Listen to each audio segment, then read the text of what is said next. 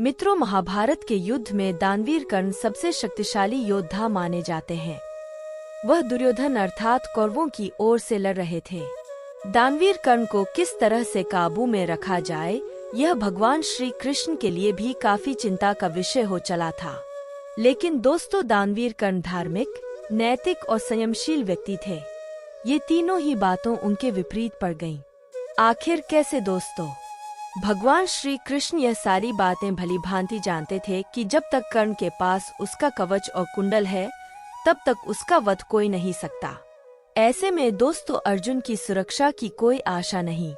उधर देवराज इंद्र भी काफी ज्यादा चिंतित थे, क्योंकि अर्जुन स्वयं उनका पुत्र था।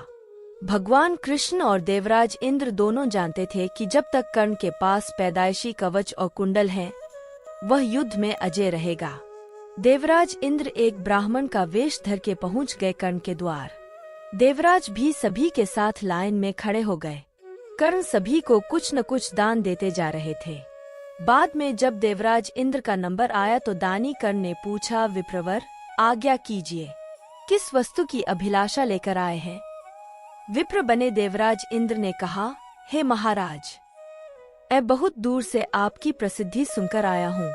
कर्ण, आप तो बहुत मशहूर है। कहते हैं कि आप जैसा दानी तो इस धरा पर दूसरा कोई नहीं है। तो मुझे आशा ही नहीं विश्वास है कि मेरी इच्छित वस्तु तो मुझे अवश्य आप देंगे ही। फिर भी मन में कोई शंका न रहे, इसलिए आप संकल्प कर लें, तभी मैं आपसे मांगूंगा, अन्यथा आप कहें तो मैं खाली हाथ चला जाता हूँ। एक पल के लिए सन्नाटा छा गया। कर्ण ने इंद्र की आंखों में झांका और फिर दानवीर कर्ण ने बिना एक क्षण भी गंवाए अपने कवच और कुंडल अपने शरीर से खंजर की सहायता से अलग किए और ब्राह्मण को सौंप दिए। इंद्र कवच और कुंडल लेकर तुरंत ही वहां से भाग खड़े हुए और दूर खड़े अपने रथ पर सवार होकर भाग गए, इसलिए कि कहीं उनका राज खुलने के बाद कर्ण का मन बदल न जाए। कुछ दूर आगे जाकर इंद्र का रथ नीचे उतरकर भूमि में धंस गया। तभी आकाशवाणी हुई कि है, देवराज इंद्र, तुमने बड़ा पाप किया है। अपने पुत्र अर्जुन की जान बचाने के लिए तूने छलपूर्वक कर्ण की जान खतरे में डाल दी है। अब यह रथ यहीं धंसा रहेगा और तू भी यहीं धंस जाएगा। इंद्र ने आकाशवाणी से याचक भाव से पूछा, इससे बचने का उपाय क्या है? तब आकाशवाणी ने कहा, अब तुम्हें दान दी गई वस्तु के बदले में बराबरी की कोई वस्तु कर्ण को देनी होगी। इंद्र क्या करते? उन्होंने यह बात मंजूर कर लिया। तब वे फिर से दानवीर कर्ण के पास गए, लेकिन इस बार ब्राह्मण के वेश में नहीं। कर्ण ने उन्हें आता देखकर कहा, देवराज इंद्र, आदेश करिए, और क्या चाहिए? इंद्र ने झेंपते हुए कहा, हे दानवीर कर्ण, अब मैं याचक नहीं हूँ, बल्कि आपको कुछ देना चाहता हूँ। कवच कुंडल को छोड़कर मांग लीजिए, आपको जो कुछ भी मांगना हो। कर्ण ने कहा, देवराज, मैंने आज तक कभी किसी से कुछ नहीं मांगा और नहीं मुझे कुछ चाहिए। कर्ण सिर्फ दान देना जानता है, लेना नहीं। तब देवराज इंद्र ने विनम्रतापूर्वक कहा, महाराज कर्ण, आपको अब तो कुछ न कुछ तो मांगना ही पड़ेगा, अन्यथा मेरा रथ और मैं यहाँ से नहीं जा सकता हूँ। आप कुछ मांगेंगे तो मुझ पर बड़ी कृपा होगी।